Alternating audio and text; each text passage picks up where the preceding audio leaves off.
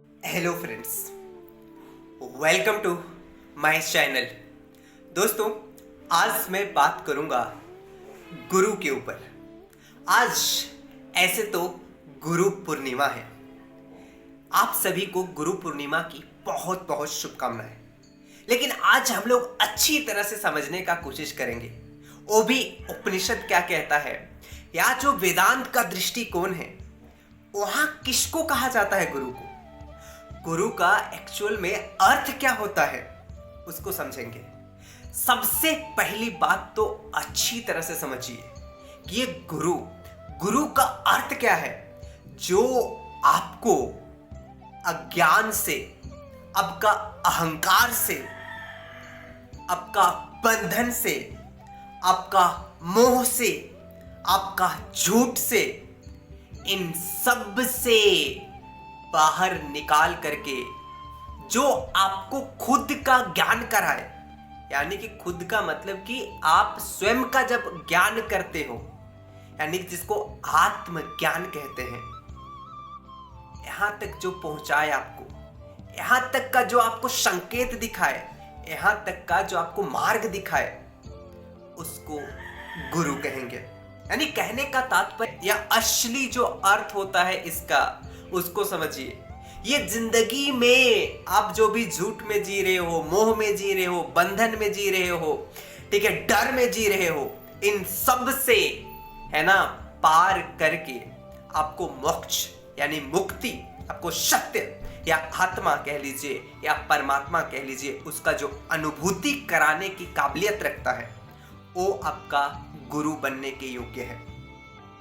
और इसी तरह यहां पे जैसे कि जो शिष्य होगा, वो शिष्य का रोल क्या होगा, शिष्य यहां पे होगा एज अ सीखने वाला, एज अ लर्नर, यानी कि उसके अंदर क्यूरियोसिटी भर भर के होगी।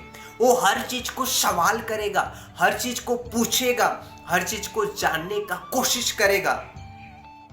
तो उसके अंदर जो सीखने की ललक है, उसके अंदर जो क्यूरियोसिटी है, वो एक शिष्य के अंदर दिखना चाहिए।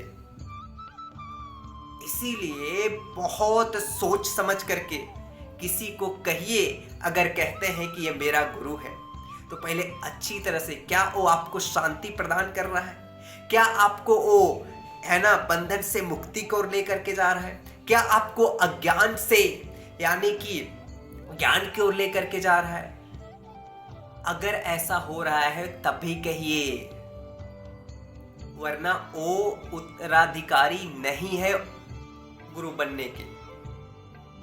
और अच्छी तरह से पता नहीं यहाँ पे क्या क्या आज के वक्त तो किनको किनको हम अपना गुरु बना करके चलते हैं। नहीं, कई सारे यहाँ पे दाढ़ी, मूछ, गेरुआ रंग धारण कर लिया है, माला वगैरह, ये सारा चीजें कोई धारण करके बैठा होगा तो आप उसको कहोगे वही गुरु है। अरे वो नहीं है, बस जो वास्तविक अर्थ है उसको समझो। और वेदांत के दृष्टिकोण से देखोगे तो एक टाइम ऐसा आ जाता है कि गुरु और शिष्य में कुछ अंतर होता नहीं है, बल्कि सब समान हो जाता है, यानी कि समभाव हो जाता है। तो इस तरह निर्धारित करिए। सबसे पहले अगर आप अज्ञान में हो, अंधकार में हो, तो पहले ज्ञान अर्जित करो, और ज्ञान अर्जित करने के बाद इस चीज को जानो, इस चीज को समझो कि सच क्या है और झूठ क्या है, गलत क्या है, सही क्या है, उचित क्या है, अनुचित क्या है। ये जब आप जानते हो, समझते हो, तो इसके बाद आपका काम आता है विवेक का, विजडम का, जो तय करता है, जो प्राथमिकता देता है कि ये अभी इस सिचुएशन में मान लो कई सारा सच है, उसके बाद भी प्राथमिकता किसको देना है, किसको नहीं देना है, ये निर्धारित करता है आपका विवेक। और विवेक से आगे की बात होती है सत्य और मुक्ति या मोक्ष। इसीलिए गुरु बनाइए, लेकिन बहुत सोच समझ करके।